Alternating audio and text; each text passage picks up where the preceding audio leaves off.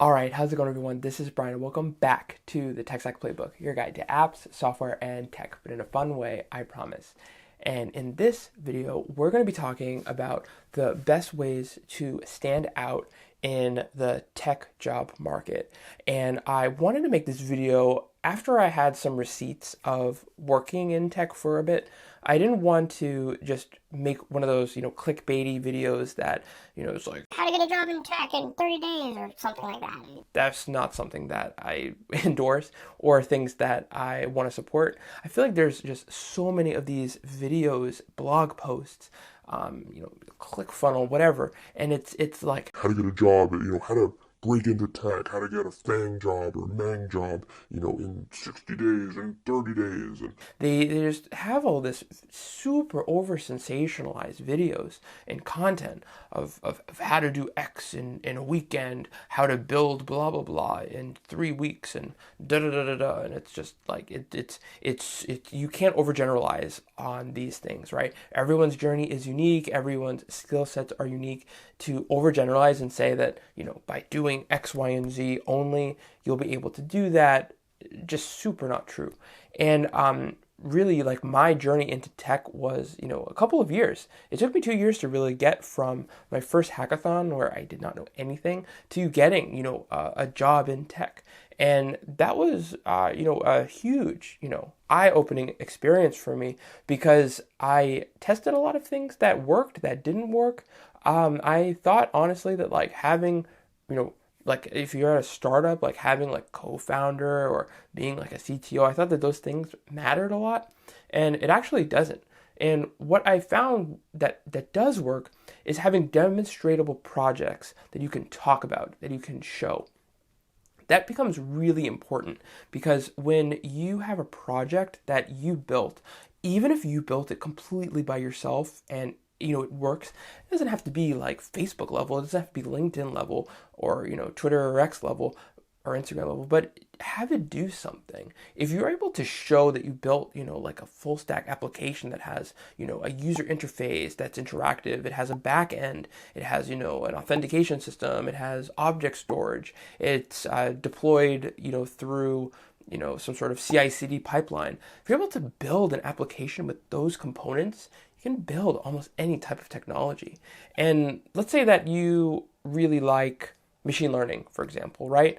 Well, what if you're able to take, a model, you're able to then train it on, a data set. You're able to then deploy that to an API endpoint, and now you could use that in a real application. So that's something that I think about a lot, because when you are able to then show how you can take an idea and bring it into a real product, that's what businesses, nonprofits, organizations, startups are looking for. They're not looking for, and like, in my opinion, and this might be a hot take, but they're not hiring you because of a certification that you have. They're hiring you because of the job that you can do. And I feel like there's this misconception when you're trying to get a job that if you have all these certifications, that makes you qualified. It makes you qualified in the sense that you know a lot, but are you able to apply that to real world business use cases? That's something that companies hire for. They don't necessarily hire you because you have, 15 certifications, or you have such like domain expertise in the specific field of academia. They are hiring you because of your domain expertise in applying complicated ideas, patterns, design patterns, thought processes into technology that then could be used for users. So again, maybe a hot take, maybe not. I don't know. You in the comments can let me know if you agree or not agree. But I've just seen time and time again a lot of people that have been in the industry for a really long time. They just tell people that are trying to get a job, oh, go and get a certification. Like, that's not helpful advice. It has to be really contextualized advice. And what that means is that it might be different for different people. If you're trying to get a front end job, I would say really know React. Really know React, and really know, if you're doing mobile stuff, know React Native, because then you can build almost anything. If you're into mobile, maybe Flutter, but I would try to go for a more generalized stack. So React's really like the preeminent build that everyone's doing right now. And then obviously when I think about React, I think about Next.js. So being able to know Next.js with TypeScript, that's really like that. I feel like that elite tier of code. We're able to then package everything up and deploy it really in a serverless way or run it in a container. But that's that. Let's say that you wanted to get a DevOps role. I definitely think knowing CI/CD is really important. Knowing containerized architectures is important. Serverless architectures is important. But it's not just to know that there are these services and this is their definitions. Know how they can be implemented. So when you are able to then create, a distributed application that runs, on Kubernetes, and, even take like a super simple web application, but now it's deployed, via container. That's something that you can then show to potential employers to say, hey, I know these services, but I actually implement them, and here's how I did it. Let's say that you are doing machine learning. You want to get a machine learning job. Take a movie recommendation algorithm, hook that up to a very basic UI. You can actually probably use ChatGPT to help you with some of the front end, but take that movie recommendation engine, run that inside of an API, and connect it to an app. So that now, let's say that you say I like comedy movies. Well, then have it recommend you something based upon maybe a movie that you said that you liked in the database or something like that. I would be really thinking about those types of use cases, because then you can show a potential employer your work. And I want to actually walk through a strategy that I think will help a lot of people that are looking to get a job in tech right now, because I was talking about this in a thread. It was in one of the AWS Slack channels, and a bunch of people were like, oh, that's a good idea. And I was like, yeah, like that's what I would do. Like, why aren't more people thinking about an idea like this? So I wanted to share and make a video about it. So the idea of it is, let's say that you have to get a job really fast, right? Let's say you have to get a job in 30 days. So in 30 days, that's going to be pretty hard. But let's say that you are really good, at front end. You like building user interfaces. Let's say that you wanted to get a job at full stack though, because you feel like there's more job security in full stack. So let's say that you wanted to work at a company like Datadog. So Datadog, they do a lot of observability and monitoring, logging, a lot of analytics around how users interact with your app. Like, think about, let's say that you really want to work there. You could cold apply, and your resume and cover letter and your application is going to get thrown into the mix of thousands and thousands and thousands of other people that are trying to work there. Now you get a referral because you think, oh, I'm going to network on LinkedIn and get a referral. Those really don't work as well as a lot of people think that they do, because just because somebody refers you, think about like if that person is also referring like 20 other people, 30 other people for the same job. Okay, sure, you're in like a higher tier now of applications, but at the end of the day, is that really helping you get the job, or is it just moving you up a little bit in the list, but it's not really helping you solidify it? The real way I feel to solidify a job, if you want to work at Datadog, for example, and I just picked them as an example.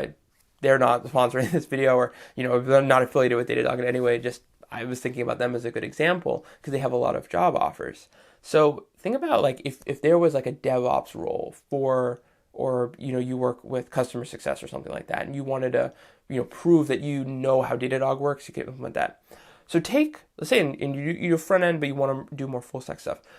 Build out a front end, learn how to deploy that, and there's a ton of examples like this on my YouTube channel about using AWS Amplify to deploy a website. But if you learned, and this is something that you could probably do over a weekend, maybe over a week, if you learned how to implement logging on your React app. Let's say you're building a React application for it's like an e-commerce app, or like something super simple like a to-do app or something like that. If you're able to show how you implemented logging through Datadog with observability over your application, well, now you actually have a case study, and you could actually use that application like that you built, and you could show that to other companies outside of Datadog.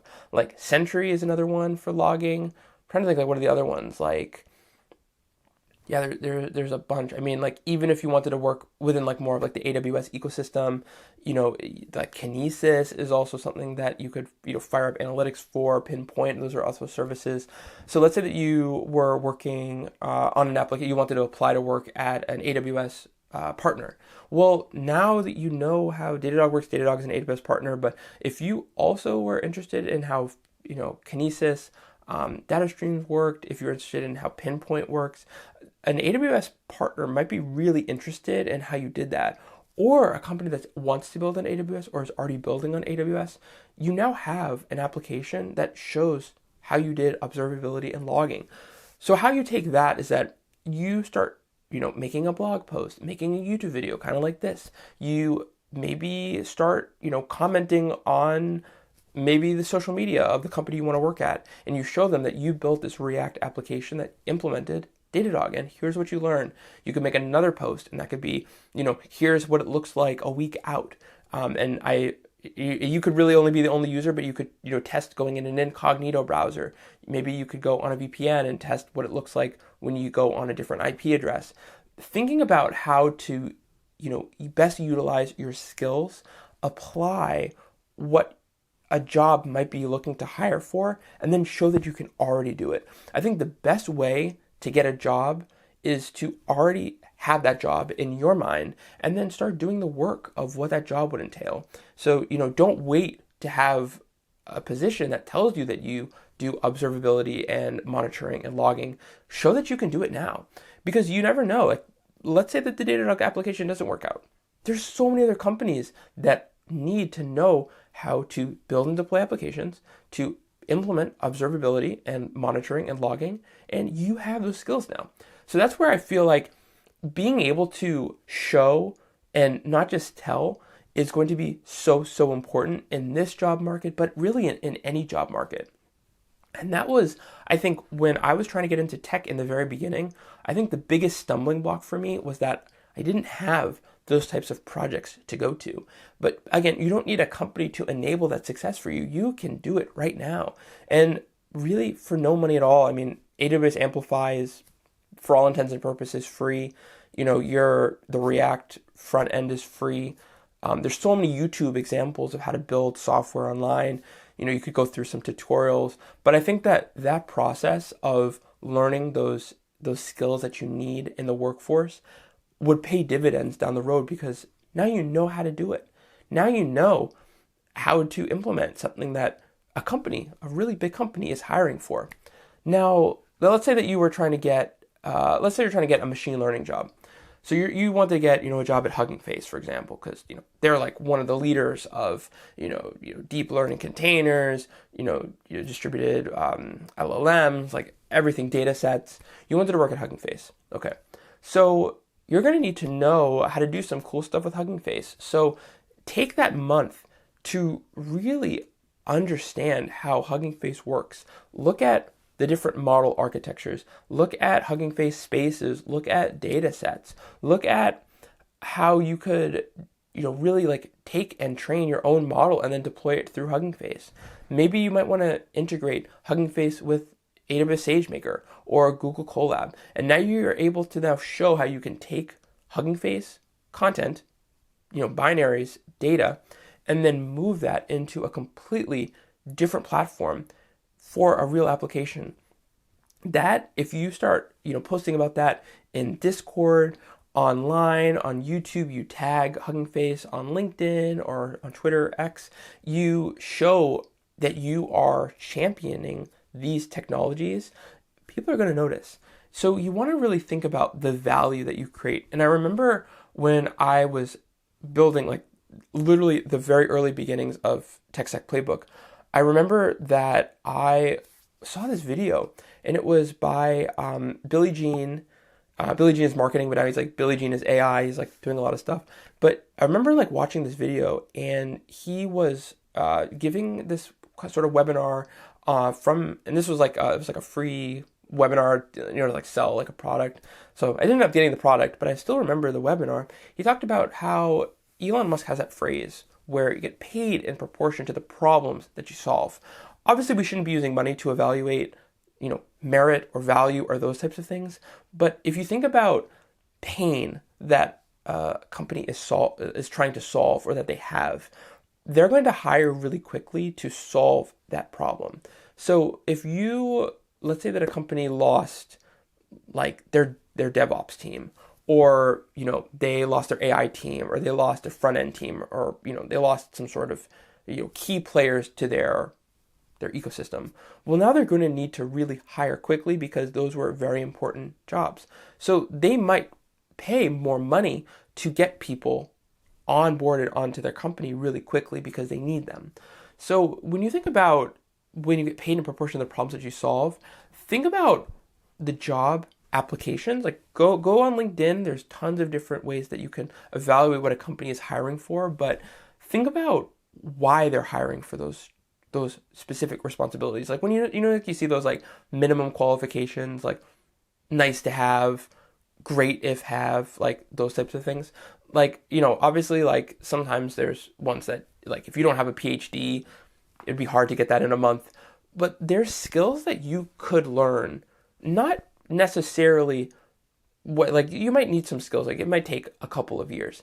But are there things that you could do in 30 days that could help you learn a completely new domain?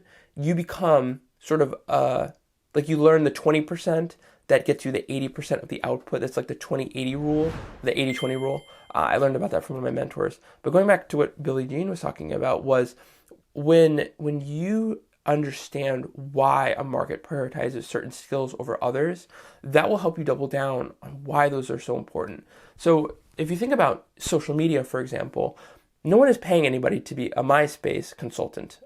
If anybody is a MySpace consultant, drop that in the chat and let me know. I'd be very curious about that. But no one is paying anybody to be a MySpace consultant, as far as I understand. But there's a lot of people that are Instagram and LinkedIn consultants, people that help you do Facebook ads. No one is doing like Foursquare ads, as far as I can see.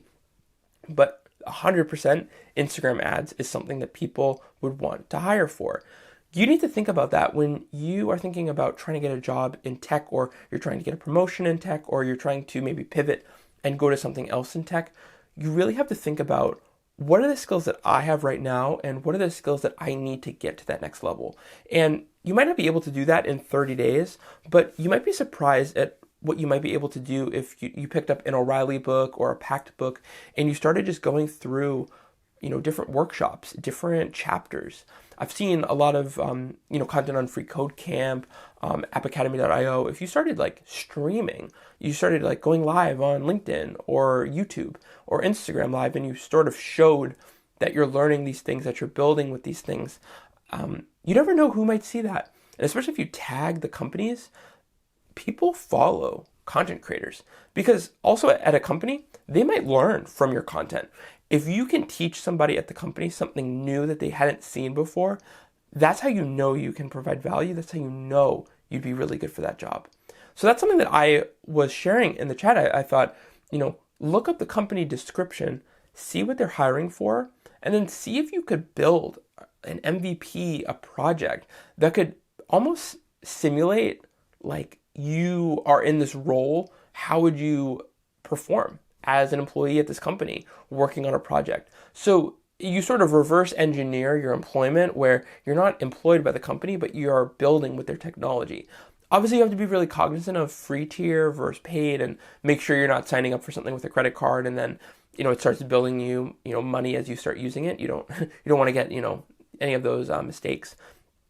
But if you think about it, being able to show that you can do the work before the job application, that's pivotal, because now you really are the domain expert. And when you hopefully get interviewed by that company, or they reach out to you, that is when you've won. You want to get companies to reach out to you directly, because that's how you go past the referrals, past the cold applicants. You want to get to the top of the pile so that you can start showing your value, your worth, and why you should be at the table. So if you can bypass that, get people excited about what you're doing, you're going to just elevate your career prospects. And that's something that I think is really important for anybody to think about in this day and age, because you have to be fast, you have to be nimble, you have to be agile. But think about it in 30 days. What could you learn in 30 days? You could learn a lot of things in 30 days. You can't, change careers in 30 days.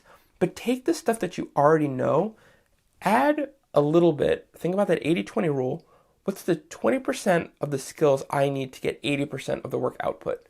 You can learn a lot. And I think sometimes we might self-doubt ourselves through limiting beliefs or lack of self-confidence, or maybe we're intimidated a little bit by the potential of what could be, ahead of us.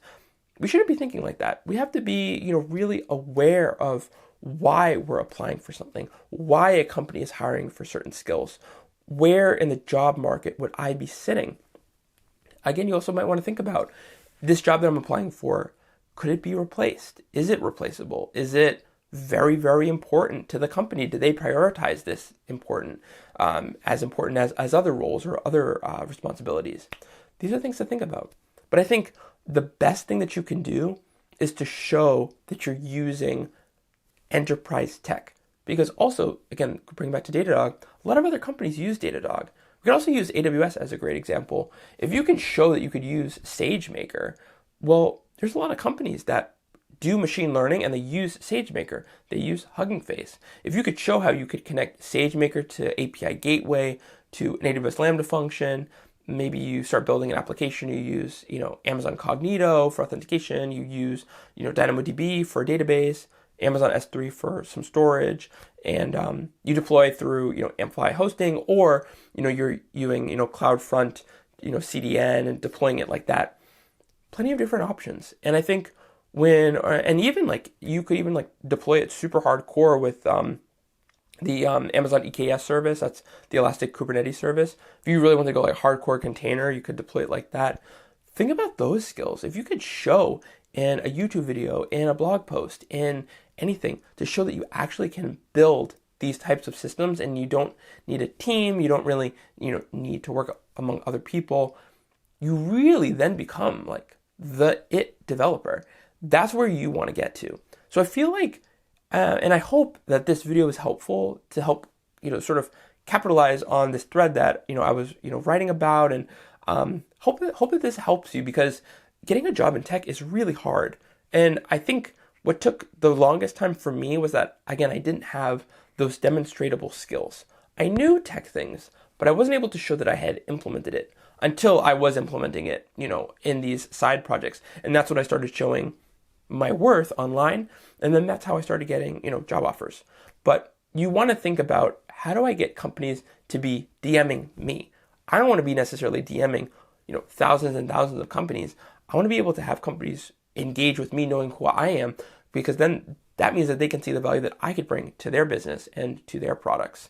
So with that, I hope that this video is really helpful for you. Again, definitely drop a comment below and let me know if you like this content, if this content was helpful for you. Also, if this strategy helps you get a job. I'd be really curious if it does, and I'd be super excited for you to do that. So with that, I hope this video finds you well, and I look forward to coming you live with another video very soon, and sharing more maybe of these career strategies, job hacks, anything that I hope will help you in your tech journey. And with that, hope you have a great rest of your day, afternoon, or evening, wherever you're tuning in from in the world. And I'll see you all next time. All right. Thanks, everybody. Bye.